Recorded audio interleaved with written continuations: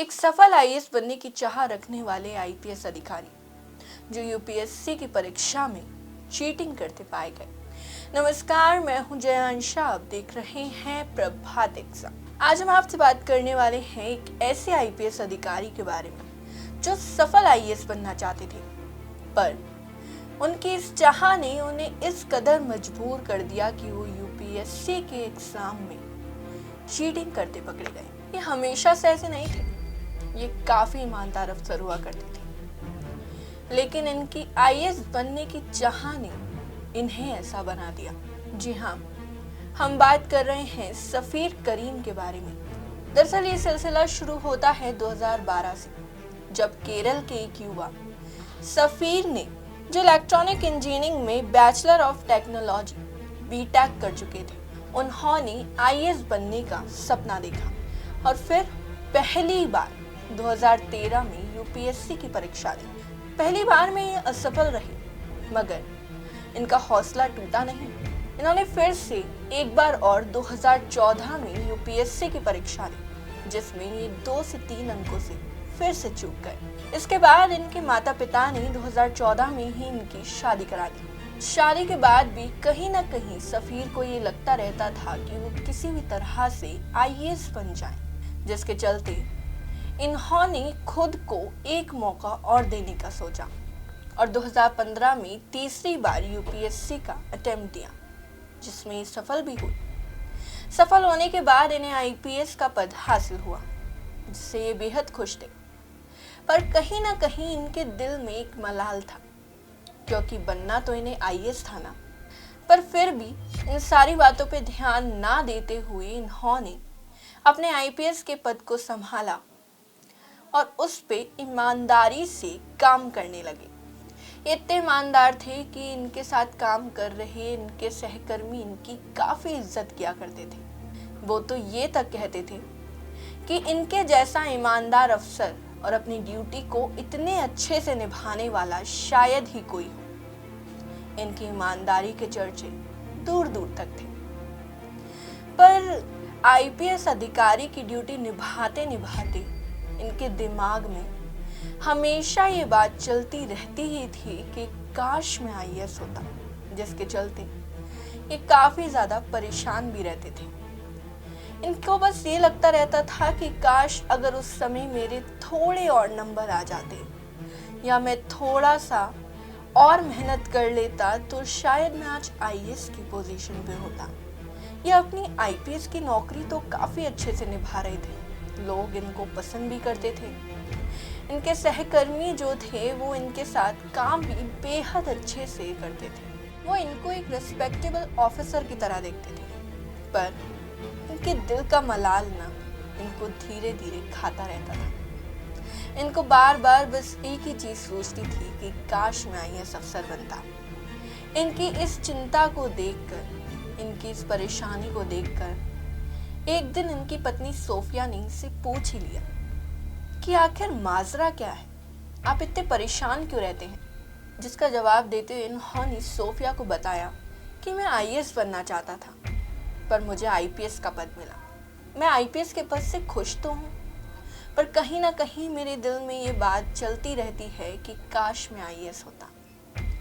इनकी इस पूरी बात को जानने के बाद सोफिया ने, जी हाँ, इनकी पत्नी सोफिया ने इन्हें दोबारा से यूपीएससी की परीक्षा देने की सलाह दी, जिसके लिए इन्होंने पहले तो इनकार कर दिया। पर जब ये अपनी आईपीएस की ड्यूटी पे जाते थे तब ये इस बारे में गहराई से सोचते थे। ये सोचने लगे कि क्या ही जा रहा है, अगर एक और अटेम्प्ट देकर ये आईएएस बन पाए तो इन्हें ये अटेम्प्ट दे देना चाहिए। इसके बाद इन्होंने और इनकी पत्नी सोफिया ने इनका यूपीएससी का फॉर्म भर दिया। इन्होंने फॉर्म तो भर दिया था, पर इन्होंने इस बात पर गौर नहीं किया था कि अपनी आईपीएस की ड्यूटी के साथ साथ यूपीएससी की तैयारी कैसे करेंगे। जब इन्होंने इस बात को अपने एक सहकर्मी को बताया तो उन्होंने कहा कि सर, ये बेहद अच्छी बात है कि आप यूपीएससी की परीक्षा दोबारा से देकर आईएएस बनना चाहते हैं, पर आप ड्यूटी के साथ इसकी तैयारी कैसे करेंगे। जब इनके सहकर्मी ने इनको ये बात कही उस वक्त ये सोच में पड़ गए कि बात तो बिल्कुल सही है। एक आईपीएस अधिकारी को वैसे ही कम छुट्टी मिलती है, ऊपर से ड्यूटी के साथ परीक्षा की तैयारी करना बेहद मुश्किल है।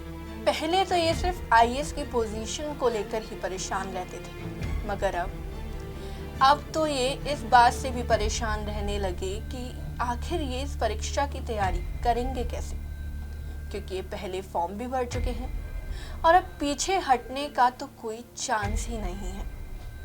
इनकी इस परेशानी को देखते हुए इनकी पत्नी सोफिया ने इनसे फिर एक बार और पूछा कि आखिर सफीर बात क्या है, तुम फिर से परेशान रहने लगे।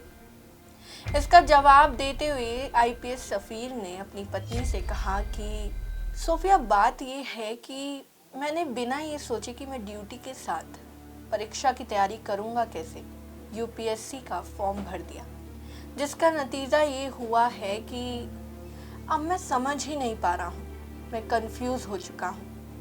मैं आईपीएस की ड्यूटी करूँ या फिर यूपीएससी की तैयारी, एक चीज छोड़ता हूँ तो दूसरी मुश्किल में आ जाती है। मैं बेहद कंफ्यूज हो चुका हूँ। जिसका जवाब देते हुए इनकी पत्नी ने मुस्कुरा कर कहा कि देखिए, जो होगा वो देखा जाएगा। आपसे जितनी तैयारी होती है आप उतनी तैयारी तो कीजिए। कम से कम आपके दिल में ये मलाल नहीं रहेगा कि आपने यूपीएससी की परीक्षा का फॉर्म भरते हुए भी वो परीक्षा नहीं दी। सोफिया की बात सुनकर आईपीएस सफीर ने तैयारी शुरू कर दी, मगर जिस दिन इनका यूपीएससी का पेपर था उस दिन ये घबरा गए, क्योंकि इनकी तैयारी इतने अच्छे से नहीं हुई थी और ये सोफिया को कहने लगी कि मैं ये परीक्षा नहीं दे सकता। मगर फिर से सोफिया ने इनका हाथ थामा और बोली कि अब आप इस मुकाम पर आकर पीछे तो नहीं हट सकते।